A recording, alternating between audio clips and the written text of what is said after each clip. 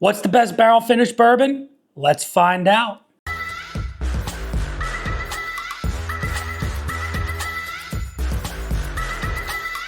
What is going on, everybody? Nathan here with the Everyday Drinker, and he has a brand new video. Today, I've got a fun blind in store for us today, and it's going to consist of 4 barrel bourbon finished offerings that I have personally really enjoyed, and I want to see which one comes out on top because we all see 1 or 2 of these in the stores, and we just don't know which one we want to pick up. Now, fortunately, Barrell was kind enough to send all of these bottles my way to give you guys full reviews of, but if there's one or another that you personally think that you might like more, this video might be the one for you to see which one comes out on top.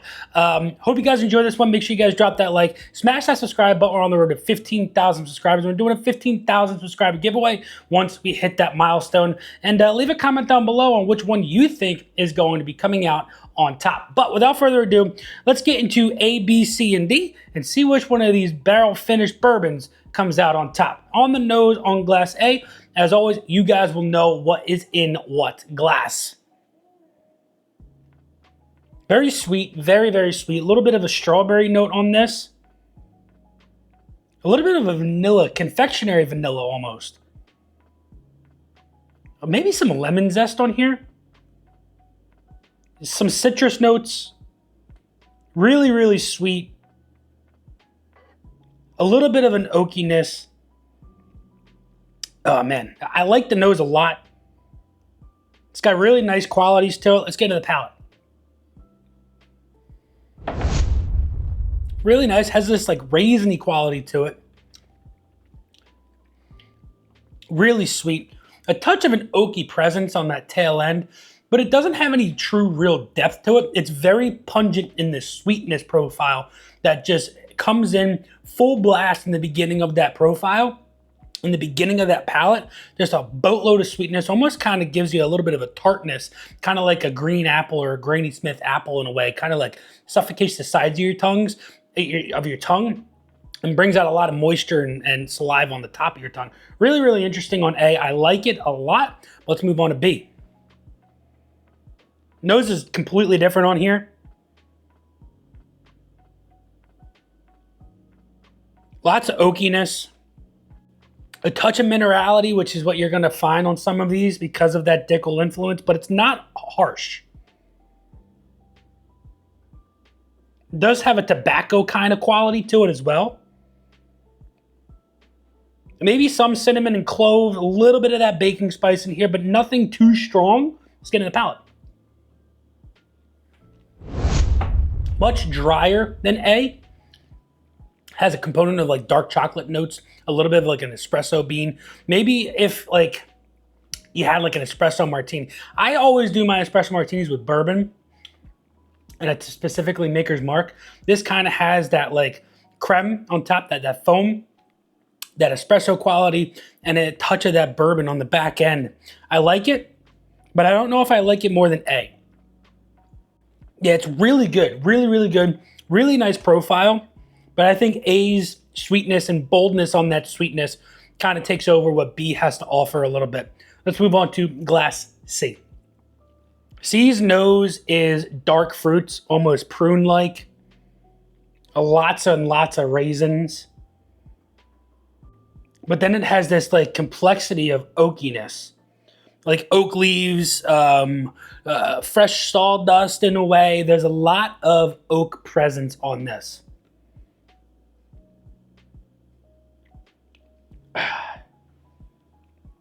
This nose is really nice. It smells dry. It doesn't have more oomph behind the sweetness of it. And there's a touch of that sweetness that comes from that oakiness that's in here. I'm really intrigued by this nose because it doesn't have much more depth behind that. Let's get the palate. Ooh, the palate's really nice. Kind of gives you a little bit of, man, what is that? Like dried nutmeg almost, like this really fine shaved nutmeg. A little bit of a toffee crumble or coffee crumble on top of that coffee cake. Is that toffee? I don't know. What are the crumbles on a coffee cake? because I think that's like brown sugar, molasses, maybe some cinnamon in there. A little bit of that coming off of into the end of the finish there. Really nice finish on C. Better, I think the finish is better on C than the initial beginning palate. I like C. I think it might be better than B, but I've got no idea. We've got one more glass to get into, so let's get into letter D. I don't know why. I'll tell you what I got on here, and it's interesting. I got blueberries. I got blueberries on this. Really deep berry note, like fresh blueberries for some reason. That is the first thing that came to my mind. Really sweet, dark. Touch of an oak. But man, that blueberry note is right there up front. I don't know why. I don't know why this is giving me straight blueberry note. I like it. I might love it. Let's get in the palate. Oh, wow, that's really nice. Whoa, that is really nice. It brings in a lot of sweetness. That vanilla note comes in. Almost has like a creme brulee vibe where it's like toasted sugar, more along the lines of burnt, but not too burnt to where it's like overbearing. A vanilla note rides in, and I get a little bit of that blueberry. I don't know why that's ingrained in my brain why I'm getting blueberry on glass D here, but I like that a lot, and I think I have to automatically move that into second place. I don't know if it was better than A, but whatever is in glass D is really good.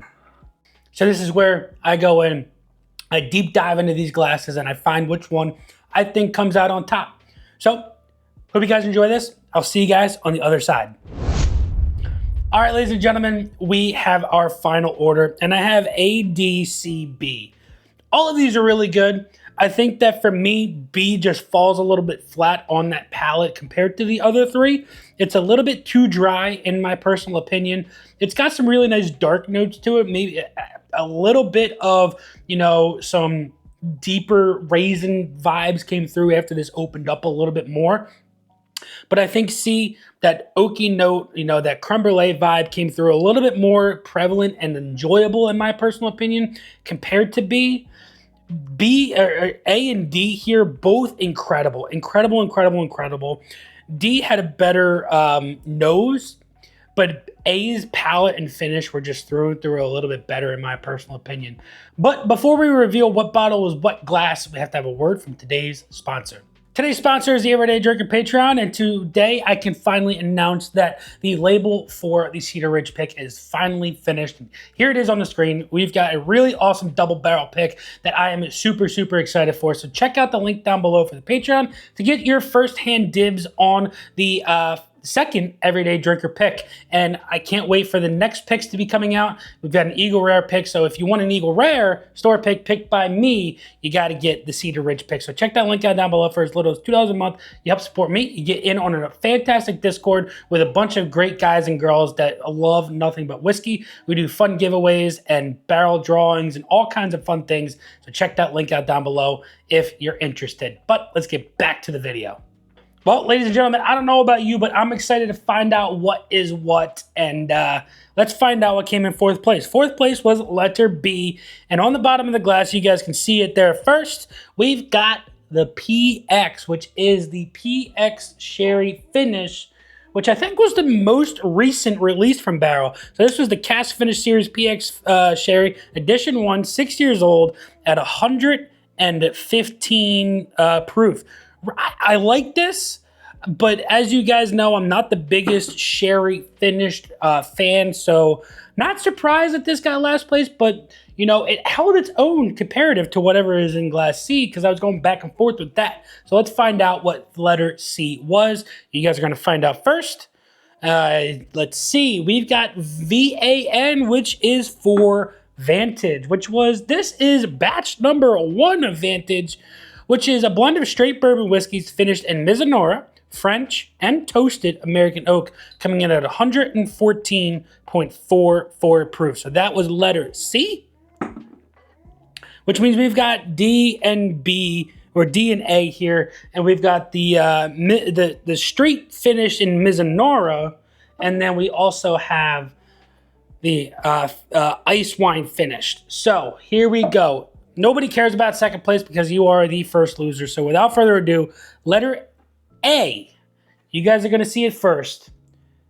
There you guys go. Let's see. We've got the ice wine coming in first place, which means, well, let's go over the stats on this. 5 years old, coming in at 106.52 proof. This is the Finnish series in ice wine. If you're not familiar with what ice wine is, it's a very, very hard wine to make because you have to have the perfect conditions for ice wine. Those grapes have to, I believe, freeze and then ferment a little bit more, and they harvest those grapes in that perfect ripening frozen scenario, and then they ferment a little bit more, and it's a super, super sweet dessert wine.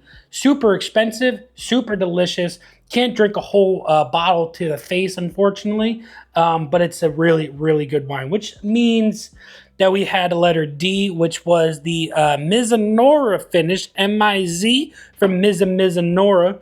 This was a 6-year blend, coming in at 116.42 proof. I love this one too.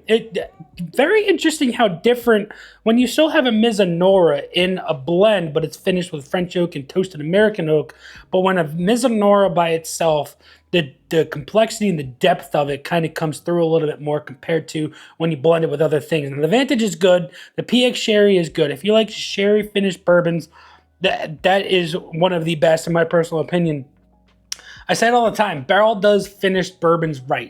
You get the bourbons up front, but then you get that tail end of what that finish has to offer, and it gives it a little bit of a different cohesion and marriage and blend and differences compared to just a regular bourbon, in my personal opinion. And Barrell does those right. So I said it when this came out. I think last year the ice wine finish is absolutely incredible, and it stands the test of time in this Barrell Bourbon Finish Blind, coming in first place. Thanks again to Barrell for sending these bottles my way to give you guys a review and then to also do these fun blinds. Yeah, hope you guys enjoyed. Hope you got. I have been tripping over that lately like you wouldn't believe, but I hope you guys enjoyed this one. Until next time, this has been Nathan with the Everyday Drinker. Cheers.